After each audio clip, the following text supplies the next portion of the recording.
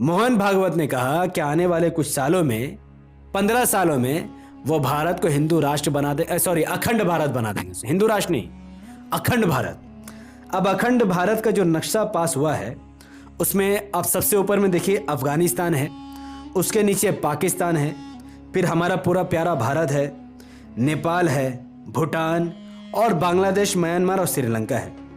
अब बहुत सारे मुसलमान मोहन भागवत के खिलाफ हैं कि भाई कैसे आप अखंड भारत बनाओगे, लेकिन मैं एज ए इंडियन सिटीजन, एक जिम्मेदार नागरिक होने के नाते मैं मोहन भागवत का साथ देने को तैयार हूं।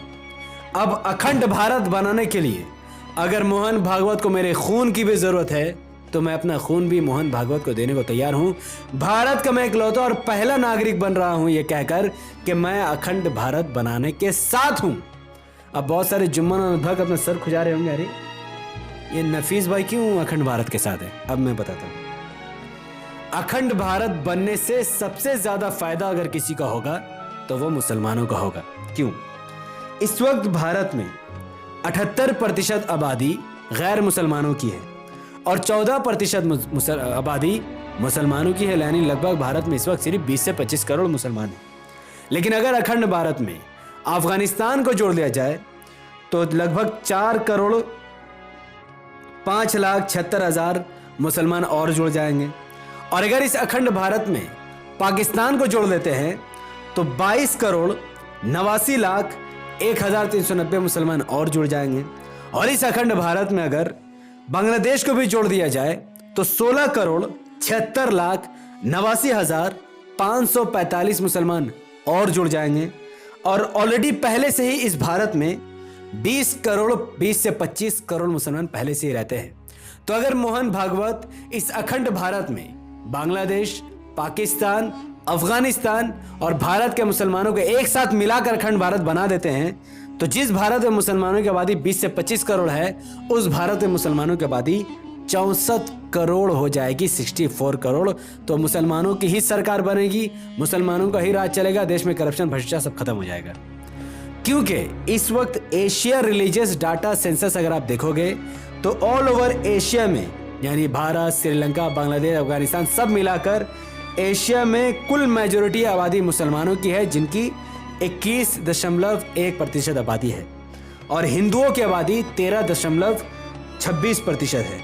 बुद्धिस्ट की आबादी 5.84% है और अदर रिलीजियस 11.7% है। अभी भी आप देखो कि 21% मुसलमान हैं। उसके अलावा कैथोलिक 16%, नॉन रिलीजियस 11%, ब्ला ब्ला ब्ला। तो पूरे एशिया में सबसे ज्यादा आबादी मुसलमानों की है। तो अगर पूरा एशिया को अखंड भारत बना दिया जाए तो मुसलमानों की आबादी परसेंटेज में भी सबसे ज्यादा हो जाएगी और क्वांटिटी में भी, पॉपुलेशन में भी सबसे ज्यादा हो जाएगी। तो मैं मोहन भागवत से हाथ जोड़कर गुजारिश करूंगा कि प्रिय मोहन भागवत जी, आरएसएस के सर्व संचालक जी, आप अखंड भारत बनाने के लिए मुसलमानों को भी साथ ले लीजिए। देश का 25 करोड़ मुसलमान मोहन भागवत की अखंड भारत बनाने में मदद करेगा, जिसकी वजह से हिंदू मुसलमान सब मिलकर साथ रहेंगे और इसका फायदा मुझे भी होगा और आप सबको भी होगा। अब मैं आपको कमेंट में रिक्वेस्ट करूंगा कि अब आप सब इस वीडियो को देखने के बाद मुझे कमेंट में बताइए कि क्या आप सब चाहते हैं कि भारत अखंड भारत बने, कि भारत में अफगानिस्तान, पाकिस्तान, बांग्लादेश जुड़ जाए। क्या आप सब ये चाहते हैं? कमेंट पर जरूर बताइए।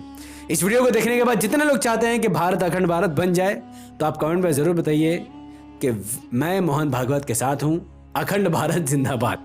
तो मैं कल से, अब से जब भी मैं वीडियो बनाऊंगा कभी भी भारत जिंदाबाद नहीं कहूंगा, बल्कि मैं अखंड भारत जिंदाबाद कहूंगा, क्योंकि अखंड भारत ही मुसलमानों का असल घर है, मुसलमानों का असल भारत है और हम सबको अखंड भारत के लिए काम करना चाहिए और ये जरूर होगा इंशाल्लाह। राज ठाकरे हिंदुत्व आइडियोलॉजी रखने वाला इंसान ने 3 मई तक मुसलमानों को धमकी दी थी कि 3 मई तक अगर मुसलमान अपनी मस्जिदों से लाउड स्पीकर को नहीं हटा देंगे तो उसके बाद वो हर मस्जिद के बाहर बैठकर हनुमान चालीसा पढ़ेंगे। लेकिन यह धमकी राज ठाकरे पर भारी पड़ गई है, क्योंकि नासिक के कमिश्नर ने यह आदेश जारी किया है कि अजान के टाइम पर कोई भी इंसान हनुमान चालीसा नहीं बजा सकेगा।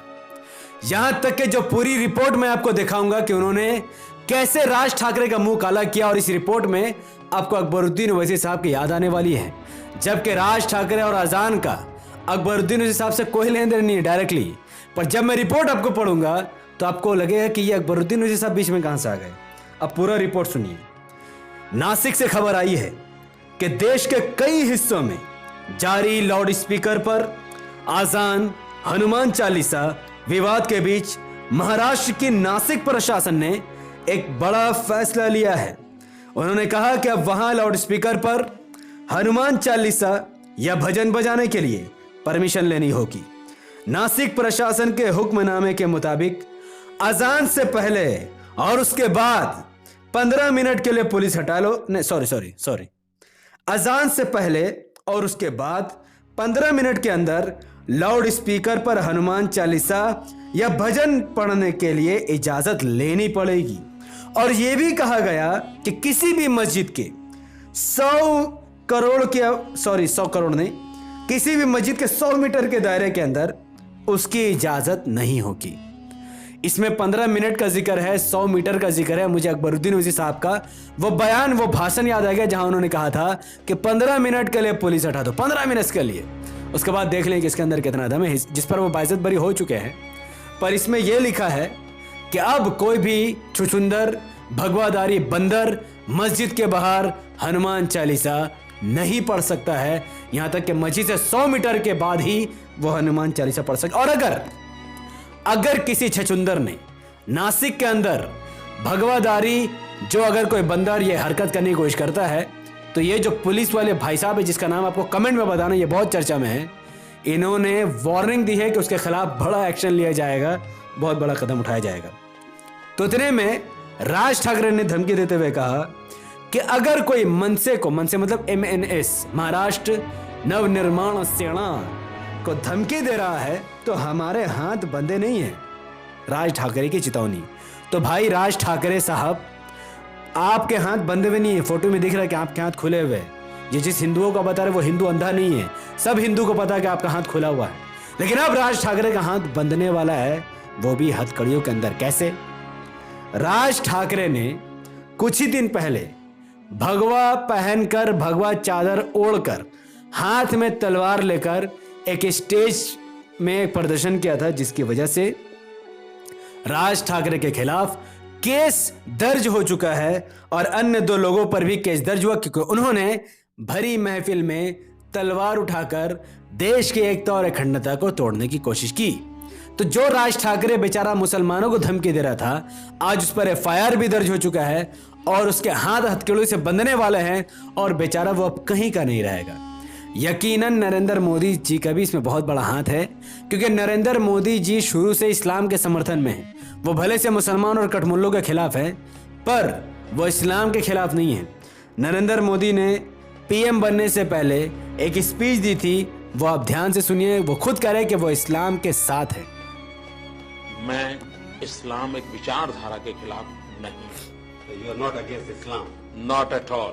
और कोई भी, अगर कोई हिंदू इस्लाम के खिलाफ है तो वो हिंदू नहीं है, क्योंकि हिंदू ने ये सिखाया है सर्वधर्म बराबर। तो नरेंद्र मोदी जी इस्लाम के साथ है। तो जो भी भगवादारी हिंदुत्व कीड़ा, जिसको इस्लाम से नफरत है, जो इस्लाम को देश से मिटाना चाहता है, वो मोदी के खिलाफ है, वो देशद्रोही है। उसको देश निकाला कर देना चाहिए, देश से बाहर निकाल देना चाहिए। उसके ऊपर अमित शाह, नरेंद्र मोदी जी को UAPA लगाकर सुंदरबन के जंगल में भटकते हुए छोड़ देना चाहिए। तो इस वीडियो को लाखों लोगों तक पहुंचाने के लिए, अंधभक्तों और जम्मनों की आंखों को खोलने के लिए इस वीडियो को लाइक कीजिए। इसके लिंक को WhatsApp, Facebook, Instagram जैसे सोशल मीडिया के प्लेटफॉर्म पर शेयर कीजिए। अपनी बातों को कमेंट पर रखिए कि आपको अखंड भारत चाहिए या हिंदू राज चाहिए। हमारे YouTube चैनल द पॉडिगल को सब्सक्राइब कीजिए, बेल आइकन को हिट कीजिए। अपनी बातों को कमेंट पर जरूर से रखिए। अगर आप सब इस वीडियो को हमारे Facebook चैनल द पॉडिगल न्यूज़ पर देख रहे हैं तो इसे लाइक और फॉलो जरूर कीजिए। इस वीडियो को 5 बड़े फेसबुक के ग्रुप में शेयर कीजिए। और आप जितना ज्यादा कमेंट करोगे और लाइक करोगे, उतना ज्यादा वीडियो अंधभक्तों और जुम्मनों तक पहुंचेगी, जिसका फायदा हम सबको होगा। तो आप अपना हाथ उठाइए और धड़ाधड़ काम करना स्टार्ट कर दीजिए और मुझे अपनी दुआ में याद रखिए। अस्सलाम वालेकुम वरहमतुल्लाहि वबरकात।